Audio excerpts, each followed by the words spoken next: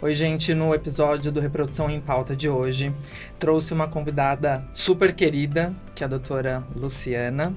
A doutora Luciana é médica, especialista em psiquiatria e também em gestão em saúde.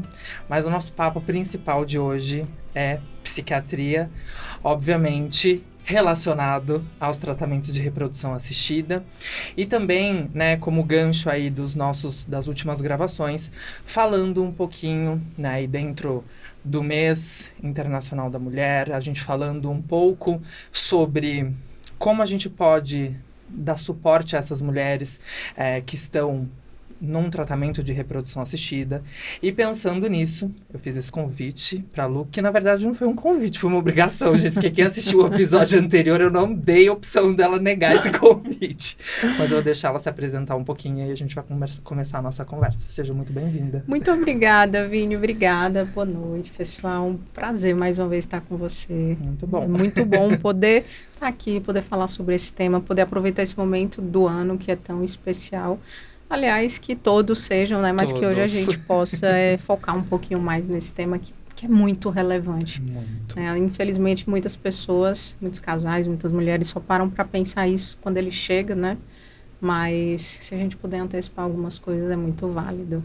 Se a gente já puder ir meio programado ali, dando uma olhada para isso, é melhor do que se deparar e agora? Exatamente. Exato. No momento. Lu, acho que falando um pouquinho, né, sobre o nosso tema principal, eu vejo mais esse episódio como um esclarecimento, né, para essas mulheres, principalmente, né, que se deparam, acho que o primeiro tópico não é nem iniciar um tratamento, né? Bom, para quem me conhece sabe que eu defendo totalmente e exalto quanto é importante a saúde mental em qualquer aspecto, seja fazendo um tratamento de reprodução assistida ou não. Todos nós vamos vivenciar coisas que não nos agradam durante algum período da vida, ou vários períodos, para ser mais sincero, né? Coisas que saem do nosso controle, né? Tudo na vida acontece dessa forma. E eu vejo hoje em dia, claro, tendo passado por muitas coisas e todo esse processo de amadurecimento que nunca acaba, diríamos assim, como pessoa, que não adianta, eu não vou conseguir acabar com os meus problemas, eu tenho que saber lidar da melhor forma com eles. E eu acho que é sobre isso esse episódio. E a gente sempre começa, eu acho que não falando do tratamento, né? Eu começo a falar a partir do momento que eu tenho um diagnóstico de infertilidade e que eu chego lá nesse consultório, né? Na nossa rotina diária lá do consultório, e eu tive esse diagnóstico. Primeiro eu tenho que passar por um processo de aceitação para eu poder começar esse tratamento. Eu tenho que, depois disso, né, diríamos assim, organizar tudo dentro da minha cabeça e partir para a próxima etapa, que é o tratamento.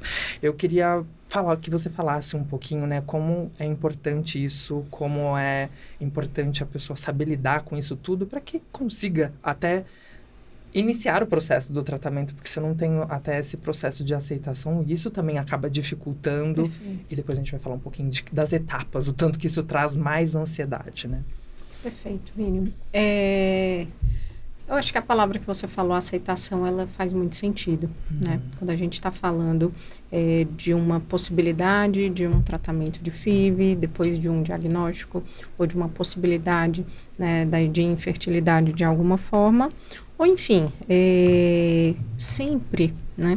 E aí você pode até me corrigir se eu estiver errada, mas ninguém passa na frente do consultório do Dr. Vini e diz, ups, fiquei grávida.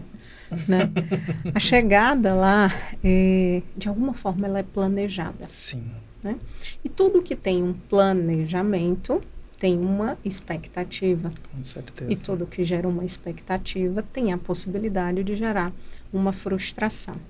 Então, o paciente que ele chega para esse momento, ele já chega com ou expectativas ou frustrações. Mas Sim. Um desses dois sentimentos, ele já chega ali carregando.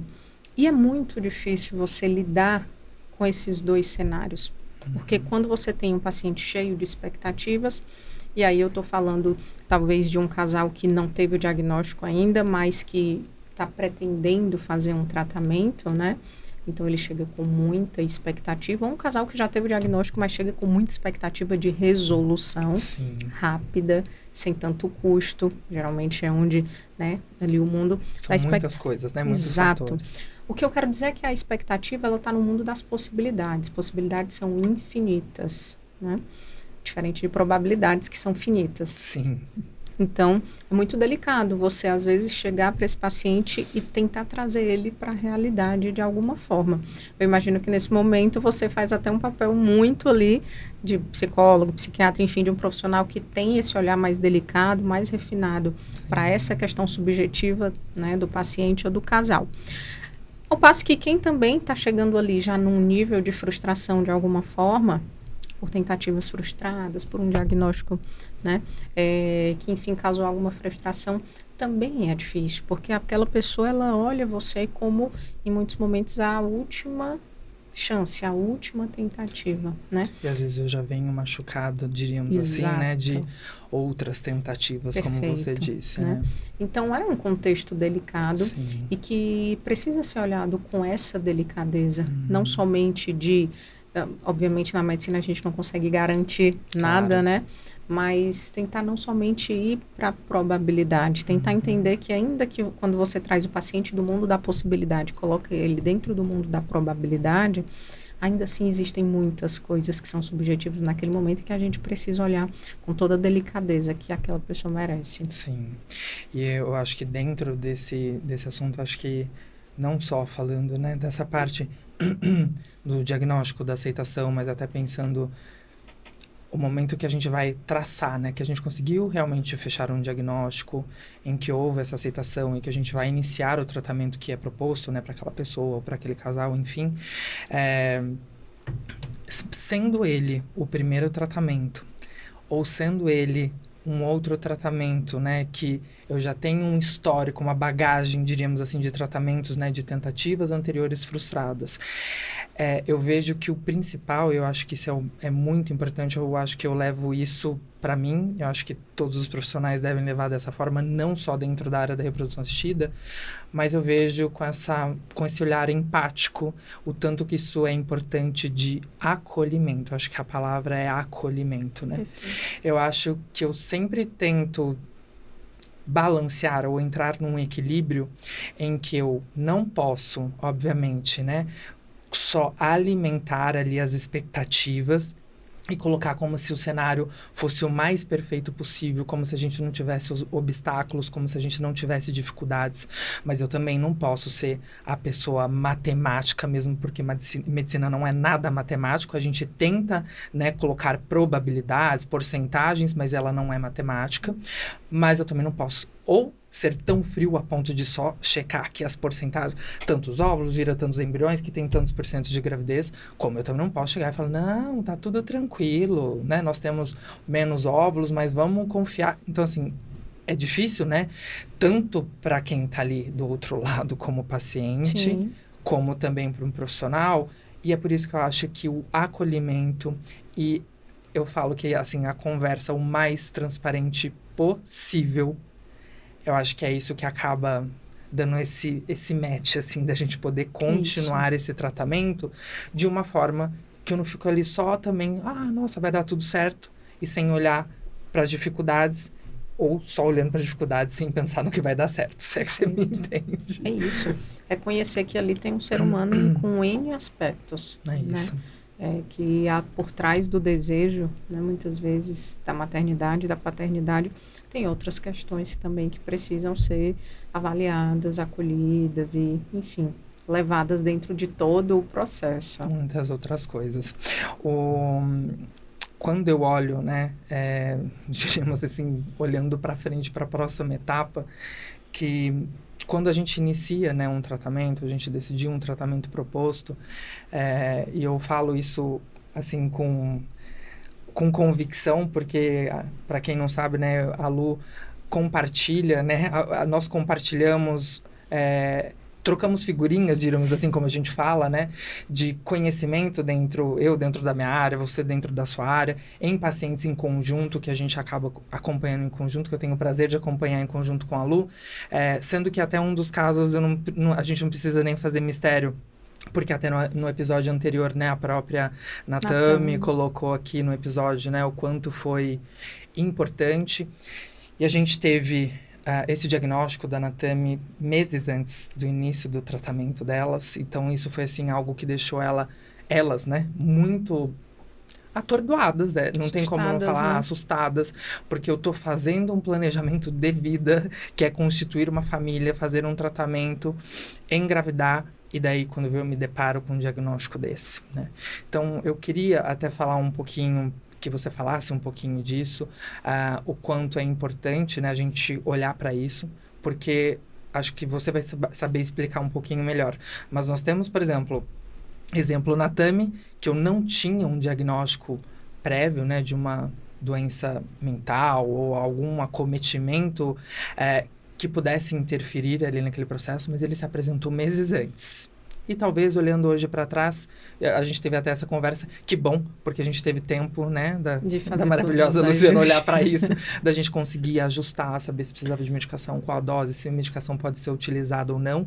Mas nós também já temos aquelas pacientes que já têm um diagnóstico prévio, que já vêm utilizando uma medicação, e aí eu tô entrando, e essa foi uma conversa muito importante que eu tive com elas, que assim, nós estamos entrando num cenário ou num período, que é o período do tratamento, que é um período extremamente ansioso.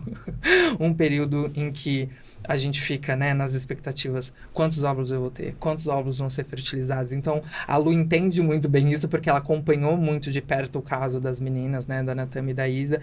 Então, e todo esse processo, até eu saber quantos embriões, se eu vou ter embrião normal ou não, se eu vou transferir esse embrião, se vai engravidar ou não vai, é um território, diríamos assim, de muita ansiedade, de muita insegurança. E se eu não tô olhando para isso antes, aí o negócio é complicado. A maternidade, Vini, ela é uma fase da vida da mulher ou do casal, né? Então, antes, como uma fase, vieram outras antes e irão vir outras depois, né? E a gente precisa entender que as pessoas que já tiveram, em algum momento da vida, alguma questão psíquica, emocional, elas têm uma maior predisposição durante o período pré-gestacional, gestacional, para quem está fazendo um procedimento, né, de reprodução assistida, durante o período gestacional, o pós ali, imediato, aquele período de puerpério, a gente vai falar sobre isso. Né? Enfim, preciso olhar para isso, por quê? Porque a gente tem um período de vida, uma fase de vida que ela tem tudo para gerar mais ansiedade, para gerar mais fadiga emocional, cansaço físico, N aspectos que é interessante, você vai falando e eu vou lembrando de vários pacientes que eu já tive, né? Já vi pessoas que tinham um quadro, por exemplo, de uma ansiedade mais leve, mas que passaram por que iniciou um quadro parecido com o da Natami, que tinha que ter um quadro, né, de ansiedade, que iniciou ali meses antes, mas que a gente conseguiu fazer um diagnóstico rápido, avaliação rápida, iniciar o tratamento, enfim, e ir levando dentro do que tinha de melhor, de mais seguro para ela, para bebê, enfim, e ter um ótimo resultado, como eu já vi pacientes que já estavam na 10ª tentativa, né? Então, já vinha ali com uma questão, uma fadiga emocional, muito, muito complicada. O que eu acho importante entender é isso, é uma fase. Né? As pessoas que já tiveram, ou que ainda nem tiveram um diagnóstico prévio, elas têm uma maior suscetibilidade de apresentar naquele momento, ou de agudizar naquele momento. E ainda que haja, né, o preconceito relacionado, e graças a Deus, enfim, tem diminuído bastante, mas ainda que haja esse preconceito em relação à saúde mental, a necessidade de passar com um psiquiatra, de iniciar uma medicação, é muito importante e necessário para que todo o processo ele possa correr da forma mais fluida possível, porque, de novo, não é a maternidade, ela é linda, apesar de eu ainda não conhecer, mas eu tenho essa visão. Que lindeza, que pureza, é uma vida nova, tudo mais. Mas por trás disso tem muita dificuldade. O diagnóstico antes, né? O diagnóstico de todo o processo que vem antes e o depois, né? Que é ainda mais difícil para muitas mulheres quando de fato se depara com todas as questões relacionadas à maternidade em si. Então hoje, se alguém busca, se alguém deseja isso, é muito importante que quando ela faça a avaliação, ela não faça só a avaliação física. É isso. Ainda que ela não deseje ou que ela não queira, que ela tenha alguma questão relacionada à saúde mental dela, ela precisa pelo menos fazer um exame de consciência. Eu estou bem, eu estou pronta, porque as chances dela desenvolver são altas. Eu vi um estudo recente não, mas um estudo de mais ou menos 2014, mas que me assustou. Eu vi esse estudo recentemente, que numa pesquisa feita com mais de 20 e tantas mil mulheres, 26% tiveram sintomas sugestivos, né, no período de gestação e pós-gestação, puerperal, elas tiveram sintomas muito sugestivos de depressão pós-parto. É um número muito alto. Muito alto. Porque ali na literatura a gente tem em torno de 15%, mas quando você faz uma avaliação brasileira, né, onde praticamente 1 em cada 4 mulheres vai ter sintomas, isso é muito, muito, muito relevante. É muito relevante. Eu acho interessante até você falar sobre isso, eu sabia que você ia tocar nesse ponto, né? Que eu acho que a gente volta mais ou menos o que eu estava falando lá atrás, né?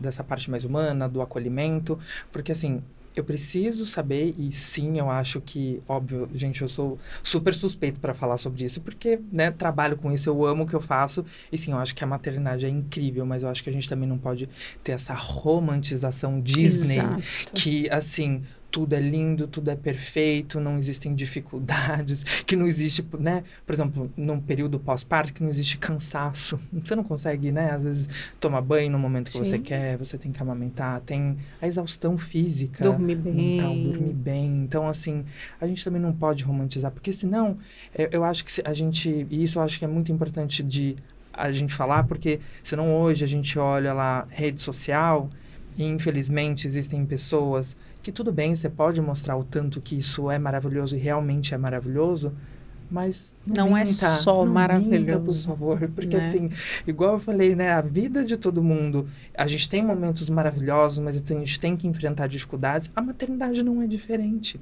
Então, senão eu tenho uma pessoa que eu vou lá, eu sigo, e tudo é linda, tá perfeita. Tá lá, amamentou a madrugada inteira e acorda sem nenhuma olheira, maquiada, perfeita. Então, assim, a gente não pode também fazer isso, porque senão eu tô propagando para outras pessoas como se aquilo... Aí, o que acontece? Como se aquilo fosse o normal. É e isso. A gente sabe que não é o habitual. E o problema, para mim, vem quando aquela pessoa que ela viu aquilo ali, ela idealizou aquilo ali, e ela passa, ela fala, meu Deus, comigo tá sendo totalmente diferente. Calma, porque não é assim. É isso mesmo. Ali atrás, aquilo ali também estava acontecendo, é que a pessoa não estava mostrando a realidade. Então, a gente não pode romantizar esse ponto. E você falou de estudo, eu estava vendo, inclusive, no começo da semana, eu estava dando uma olhada nos trabalhos que saíram agora na Sociedade Americana, na Fertility and Sterility, falando, e saíram 3 ou 4 artigos falando sobre saúde mental, se eu não me engano, e reprodução assistida, né? Tratamento de reprodução assistida, e um outro tema que eu quero abordar daqui a pouco, não quero dar spoiler. Tá bom. Então, mostrando que pacientes, né, que estão em tratamento, ou vão iniciar esse tratamento, tiveram um diagnóstico de infertilidade, eu tenho, né, uma maior chance, talvez, de desenvolver um transtorno de ansiedade generalizado, um transtorno depressivo, que às vezes também pode estar relacionado aí, né, um pouco a essa ansiedade extrema do tratamento. Claro, isso, você não deve ter medo de fazer o tratamento por conta disso, mas, pelo contrário, deve olhar para a sua saúde mental, e é isso que você falou, eu tenho que fazer uma avaliação. Será que não é só eu saber se a minha reserva ovariana tá boa, se tá tudo ok para começar uma estimulação ovariana, mas eu estou bem emocionalmente para começar esse tratamento? Exato. Então, assim, eu sempre... eu não tô aqui, meus pacientes podem falar, porque eu não deixo mentir. Vocês podem falar se eu estiver mentindo, porque eu não tô. Eu sempre pergunto, eu vejo que aquele momento a paciente não está confortável, eu não vou começar o tratamento. Eu vou falar, vamos pensar um mesinho aqui. Hoje eu tive um casal. Que foi o embate na minha frente. O marido falou assim, eles chegaram lá prontos para começar um tratamento, mas eu senti que ela não estava pronta. E ele falou assim, não, vamos começar hoje. Fez ultrassom. O ultrassom não tá ótimo? Eu falei, tá ótimo, ultrassom. Mas ela falou, não, eu quero começar o mês que vem, eu não tô me sentindo preparada esse mês. Então, assim, não adianta a gente querer iniciar um tratamento em que ambos Ou essa pessoa, se ela estiver fazendo um tratamento sozinha, não estiver preparada para aquele período, para aquele momento. E é muito interessante, Vini. Vini. Meu Deus, muito interessante, Vini.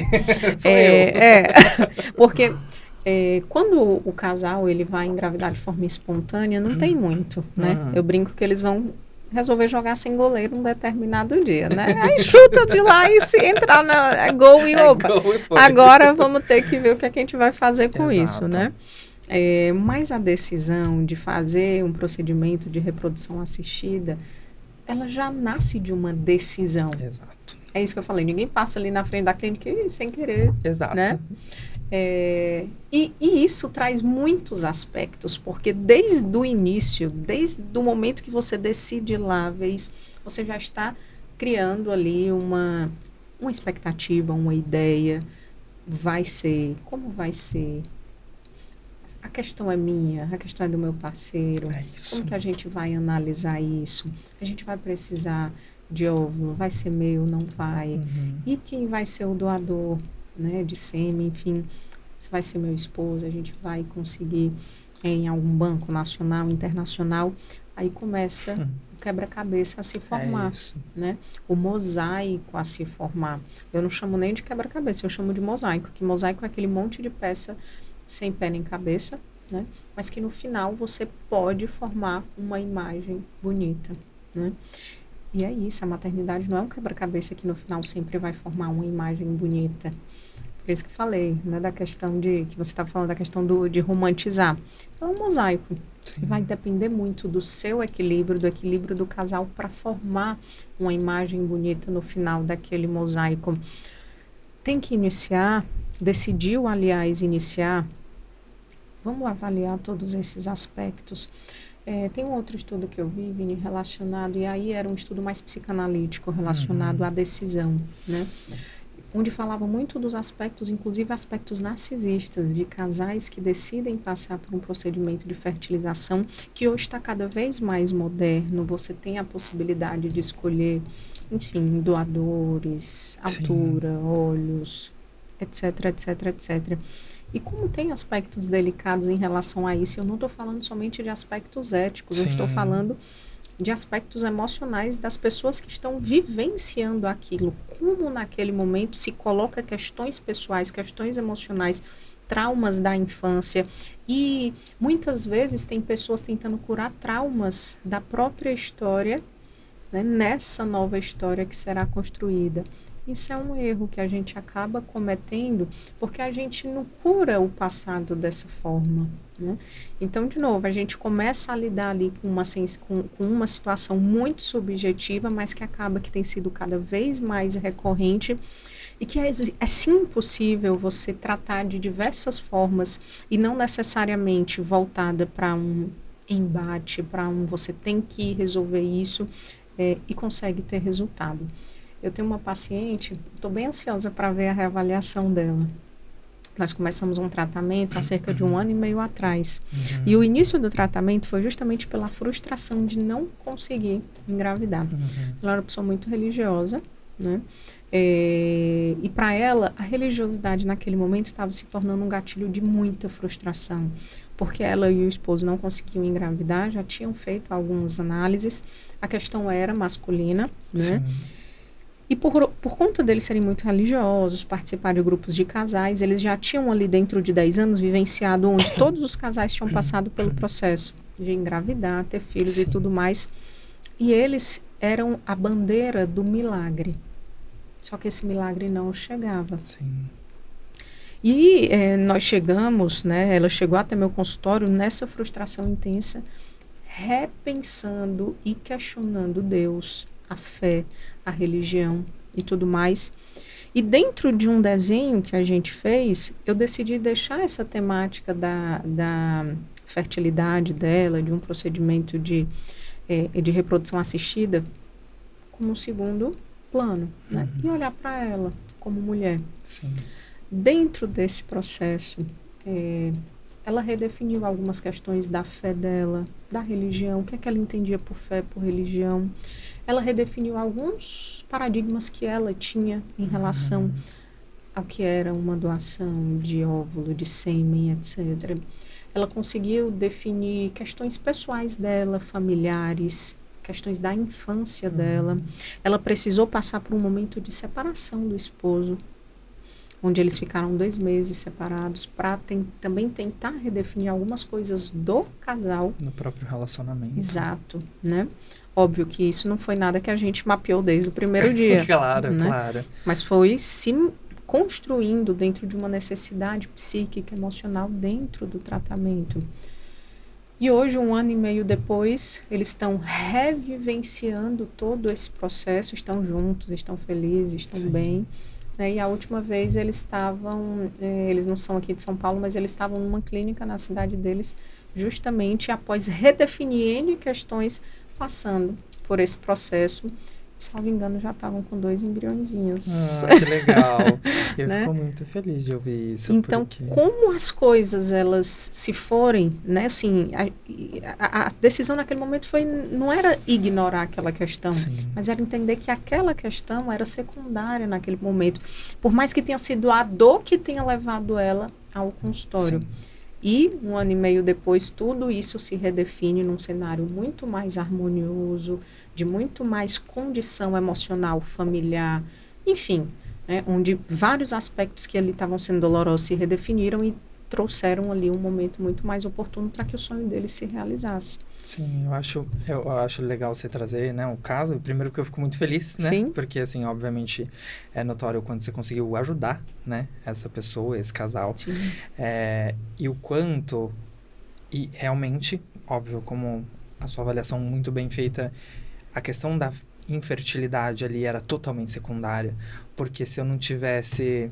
Não é nem só saúde mental, se não tiver uma reorganização, uma reprogramação mental, né, em que você não consegue lidar. Imagina eu ter, né, uma gestação, por exemplo, se decidisse em seguir com um sêmen de doador, por exemplo, com tudo isso, diríamos assim, bagunçado ali dentro, sem estar tudo organizado dentro da cabeça. Não é possível, né?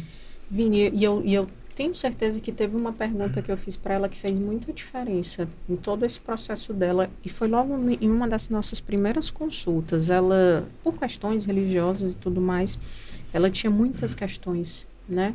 Com a possibilidade de precisar de um doador, de sêmen, etc. E eu perguntei para ela se um dia ela precisasse de uma doação de um rim, de um coração, né? Se ela iria aceitar. Ela disse sim.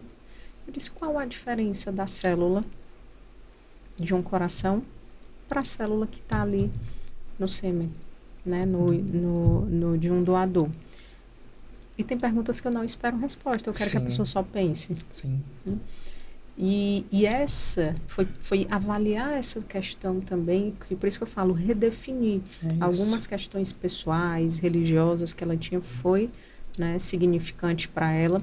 Entender, a medicina evoluiu, a medicina, para quem é religioso, ela está ali descrita dentro da Bíblia, enfim, de várias coisas, e a medicina, ela evolui. A gente não está aqui, e certamente todo o conhecimento que a gente vem adquirindo não é simplesmente de estudo científico, pelo menos eu não acredito nisso, né?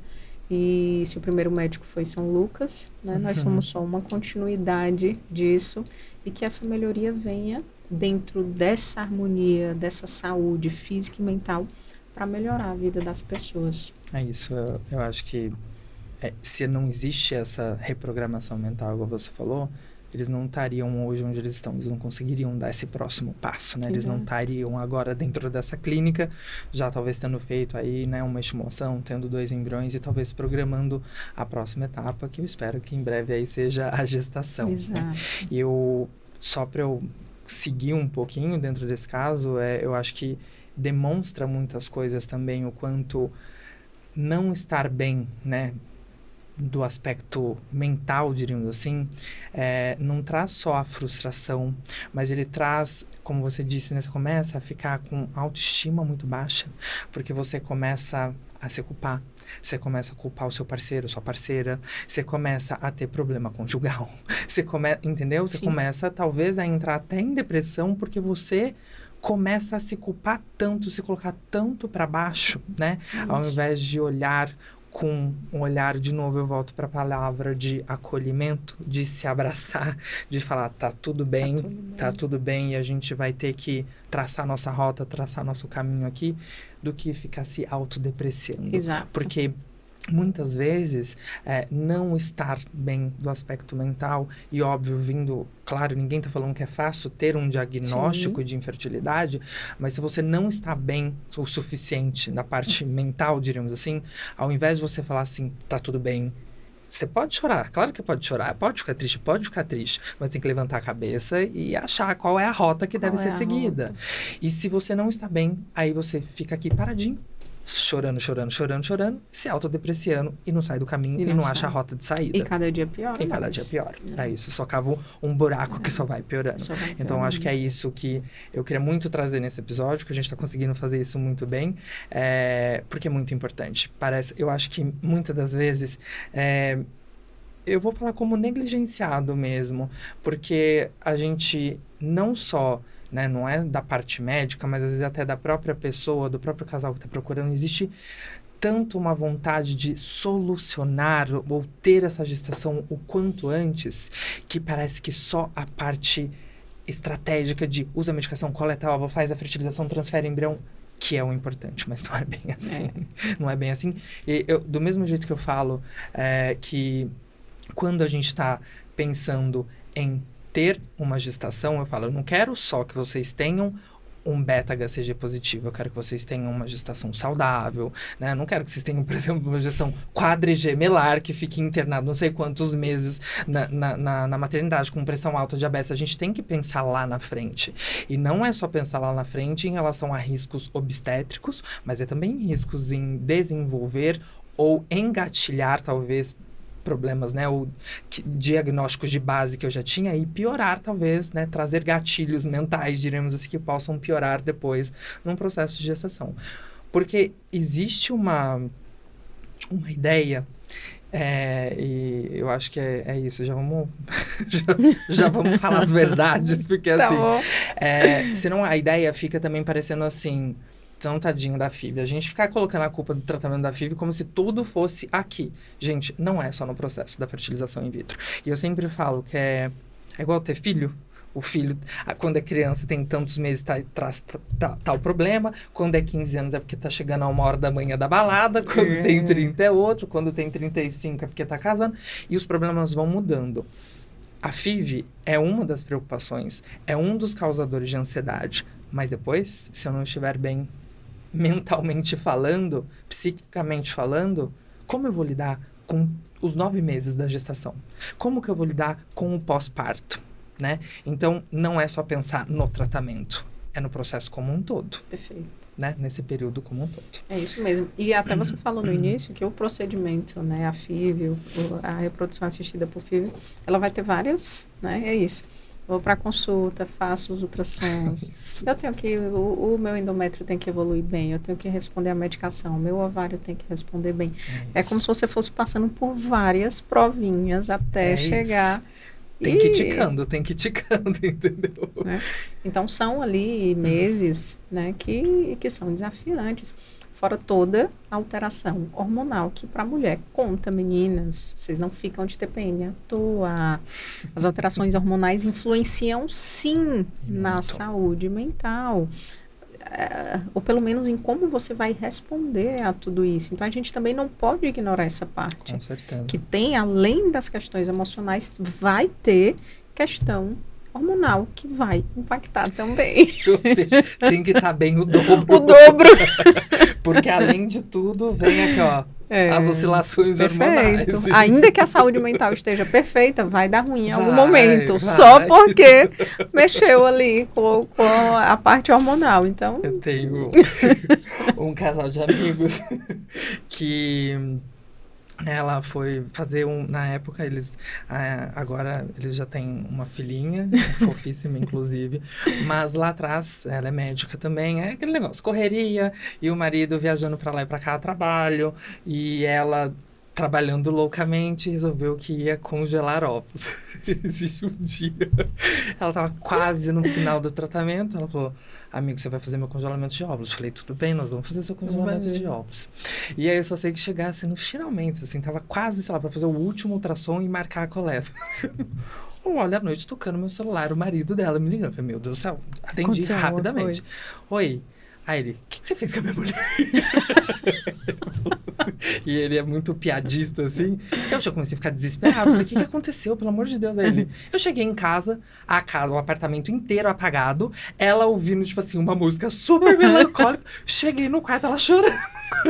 Aí eu falei, meu Deus do céu, ele, pelo amor de Deus, você tem mais um ultrassom só e depois você me acaba com isso, que eu não tô dando mais conta. Então é isso, existe ultrassom hormonal, não é sempre que vai ter, mas também tem que estar preparado para isso, entendeu? Eu acho que quando a gente tá falando um pouquinho de todo esse processo, né, dos tratamentos, eu vejo a importância, quando a gente vai lá para a estatística, não só da infertilidade, o quanto isso, né, tem aumentado cada vez mais. Vamos olhar para isso, o quanto é importante. Vi dados da OMS que, se eu não me engano, foi em Genebra em 2023, o novo relatório relatando que 1 a cada 6 pessoas vão ter um diagnóstico de infertilidade. Ou seja, isso é muito importante para a gente estar olhando, porque 1 a cada 6 pessoas vão ter que lidar com esses aspectos todos que nós estamos conversando. Perfeito. Né? E com a possibilidade, das pessoas poderem adiar, né, ainda mais a gestação, isso vai... Com certeza. Não somente por patologias que podem estar ali por trás, mas pela própria decisão de adiar. Exatamente, né? Exatamente. E quando a gente não poderia também deixar passar de falar, porque a gente está falando de, digamos assim, estatísticas, e a gente falando um pouco de um tema, lembrando que estamos no março, que, né, em março, que é um mês que também... diríamos assim, é um março de amarelo, de conscientização da endometriose. Sim. Não tem como a gente também falar de infertilidade sem falar de endometriose, que nós sabemos, né, que, vou colocar lá, aproximadamente 15% da população no geral das mulheres que estão em idade reprodutiva terão provavelmente um diagnóstico de endometriose. E quando a gente está falando dentre as pacientes que têm um diagnóstico de infertilidade, eu posso ter um diagnóstico entre 30% a 50%, né, das pacientes que têm infertilidade chegaram ao diagnóstico de endometriose.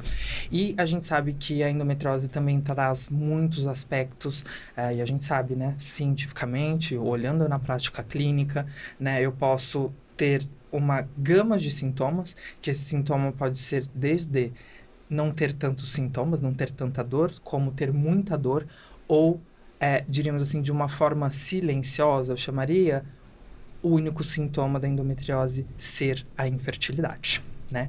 Então, a gente sabe o tanto que ter, por exemplo, um quadro álgico, um quadro de dor de endometriose pode deixar essa pessoa mais depressiva, mais ansiosa, né? E o quanto isso pode impactar na qualidade de vida dessa paciente. E, claro, não preciso nem falar que se essa endometriose for algo, né, relacionado ali, o sintoma for a infertilidade, vide tudo que nós conversamos até agora, né? Então, eu acho muito importante a gente falar também sobre isso, claro, até com uma conscientização nesse março amarelo, falando da endometriose, porque a endometriose em si também chama muito isso, né, de eu precisar estar bem, né, do meu psique, do meu mental, para eu poder lidar com isso, para eu poder também aceitar o meu diagnóstico, para eu poder procurar um profissional que eu confio para poder fazer o tratamento correto, seja ele clínico ou cirúrgico. A gente não vai entrar nessa parte, assim, do tratamento da endometriose, mas o quanto eu vejo, né, o quanto isso impacta. Você deve, talvez, pegar, né, também no consultório pacientes que traz um pouco dessa frustração, o quadro álgico, algo que, às vezes, demora para passar, que já tentou, fez N terapêuticas e não teve a melhora que esperava, e aí vem de novo a expectativa que eu estou colocando em cima de um tratamento realizado, e aí a gente já não está falando mais da fertilização in vitro. Então, veja que sempre que eu estou fazendo um tratamento, que eu estou planejando alguma coisa, que eu estou visando ou algo que eu quero muito, ou a minha melhora, eu posso ter as minhas frustrações. Você vai ter, Vini, não tem, porque uma pessoa que está procurando ali uma ajuda médica, ela quer melhorar de alguma coisa. Porque se ela não quisesse, ela nem ia atrás. Sim.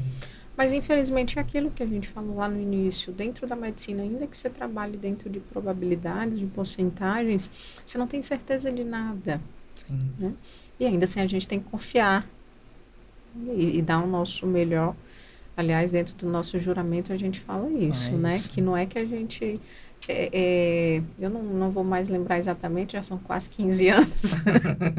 Mas a ideia é que a gente, ainda que vá errar, mas que a gente não faça isso de forma intencional. Pelo contrário, né, que a nossa intenção sempre seja 100% em oferecer o melhor que a gente puder para aquele paciente. Com certeza. Eu vejo que, eu acho que eu vou voltar de novo, porque é algo que eu tenho como lema para mim, eu acho que isso é importante em qualquer aspecto, eu gosto muito de bater nessa tecla. E fazer o melhor é isso. Às vezes, tecnicamente, Sim. e eu já tive que ter conversa, né, com casais dessa forma, em que tecnicamente, de chegar e falar, olha, tudo que nós poderíamos investigar, tudo que nós poderíamos fazer, né, da parte técnica, de tudo que a gente tem de evolução até hoje, nós fizemos. Acabou o que a gente pode fazer? Não, mas a gente vai ter talvez tentativas, né? A gente já se cercou de todas as formas e chega um momento, às vezes, que eu tenho que realmente tentar. Eu acho que isso é uma conversa muito difícil. Como você vai falar? Você já investigou tudo e agora eu só continuar, por exemplo, tentando, por exemplo, transferir um embrião, sendo que eu acabei de ter um beta negativo. E é aí que eu acho que entra novamente a palavra acolhimento. Porque, às vezes, da parte técnica, você tem que explanar tudo que foi feito, ou o que existe a mais para ser complementado de investigação, ou para ser feito naquele tratamento, mas vai existir um momento que às vezes eu não vou ter a novidade ali, pelo menos não agora nesse momento. Pode ser que daqui 5, 10 anos a gente tenha outras novidades, mas naquele momento o papel do médico e o juramento é ser humano, é acolher. Por mais que eu não tenha, talvez, mais tanta tecnologia ou tantas outras novidades para ser, né, realizado ali depois de ter tentado tudo, mas o acolhimento faz muita diferença. O acolhimento, Vini, mas em alguns momentos também eu percebo como é importante a gente, como médico, trazer um pouquinho o paciente para a realidade. Total. Né? Total. Porque eu sei que já passamos por isso, né, com pacientes que a gente acompanhou em conjunto de dizer, olha, realmente nesse momento, com esse quadro desestabilizado, ou com a forma como toda a terapia medicamentosa está sendo conduzida, não tem condição. E tentar ali também trabalhar a frustração do paciente. Exatamente. O tempo, né? A relatividade do tempo, ela se estabelece de uma maneira... não tem o que fazer, você precisa esperar o tempo. Você precisa esperar o tempo de um desmame de medicação, você precisa esperar o tempo de uma medicação que possa ser utilizada dentro ali do procedimento, da gestação e tudo mais, começar a fazer o efeito que você precisa. E o tempo, ele vai imperar. E a gente vai ter que trabalhar também esse tipo de frustração para conseguir ter um bom resultado. O acolhimento também é trazer à tona a verdade e a realidade, né?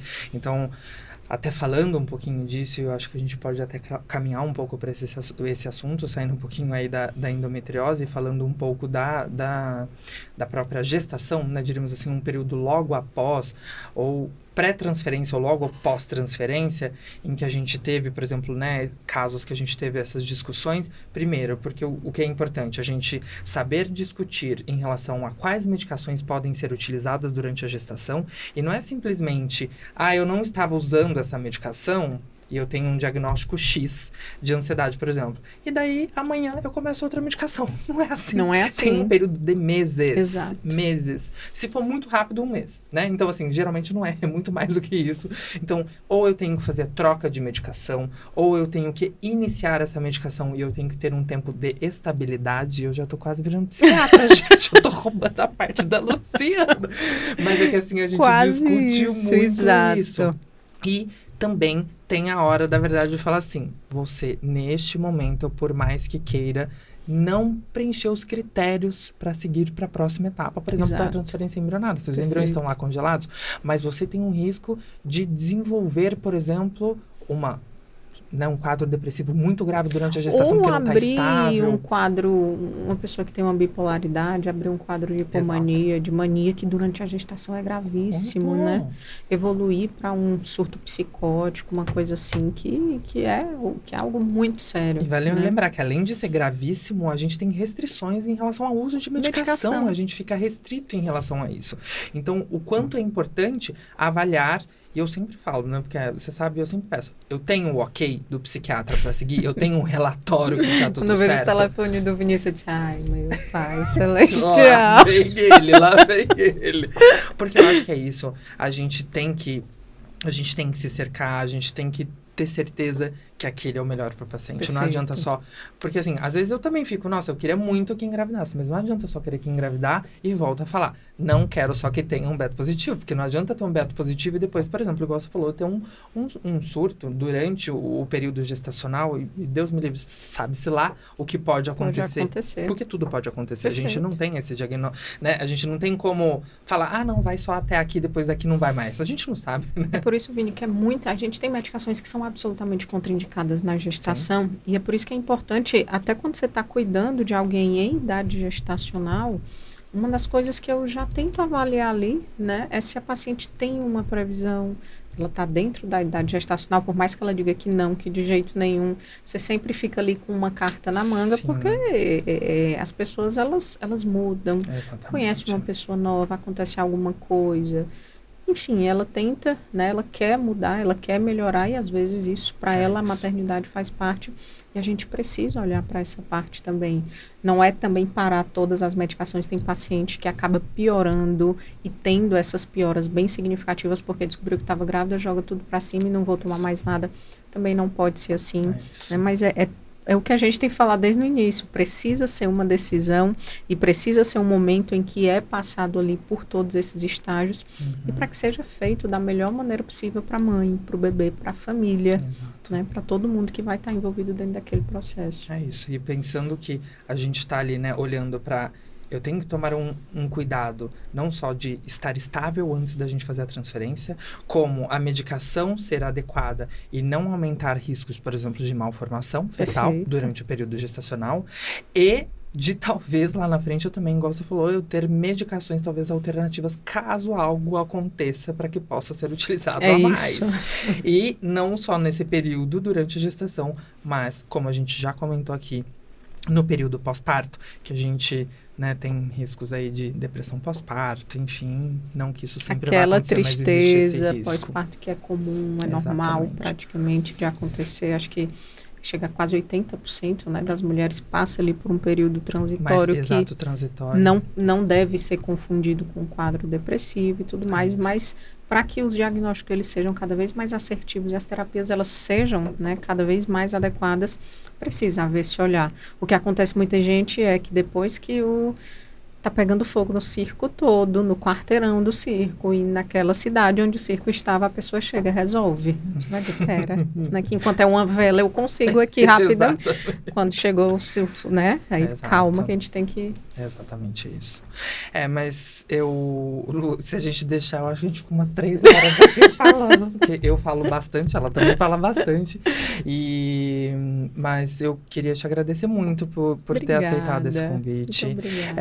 Eu acho que o foco principal foi, diríamos assim, a gente passar por todos esses lugares que a gente abordou. Claro que se deixar eu fico aqui abordando coisa, eu fico extraindo informação da Luciana até amanhã, mas a gente vai ter que ter outro episódio para poder falar mais coisas, a gente poder aprofundar um pouco mais. E eu queria muito agradecer não só pela parceria, por todo o suporte, as trocas, não só de informações, mas as trocas assim, né, as trocas de figurinhas, igual eu disse, porque isso é muito bom, a gente ter com quem contar, a gente poder ter esse apoio um do outro, pra gente poder, obviamente, pensando no melhor para a paciente, poder seguir da melhor forma. E é muito bom para o paciente também ter essa interlocução médica, né? Onde eles conseguem conversar, decidir o que é o melhor para aquela paciente, para aquela família, enfim. Então, que bom. Sorte minha também ter um parceiro tão eu que agradeço. Tão bom de conversar e de trocas. Eu que agradeço. Gente, finalizando mais um dos episódios, eu queria deixar aqui, ó, na tela vai ter o @ dessa maravilhosa, da doutora Luciana. Lá também no Instagram, ela acaba compartilhando muito mais sobre isso, sobre saúde mental, não só sobre reprodução assistida, mas sobre em todos os aspectos, tá bom? Sim. Então, sigam ela lá e também vejam o nosso episódio aqui completo no YouTube. E se vocês tiverem qualquer dúvida e comentário, pode deixar aqui que, ó, vamos responder, tá bom? Juntos. Boa noite. Beijo. Tchau, tchau. É isso. Você falou do joinha? Do quê? Pra dar um joia, comentar. Não, você quer que eu fale? Por favor.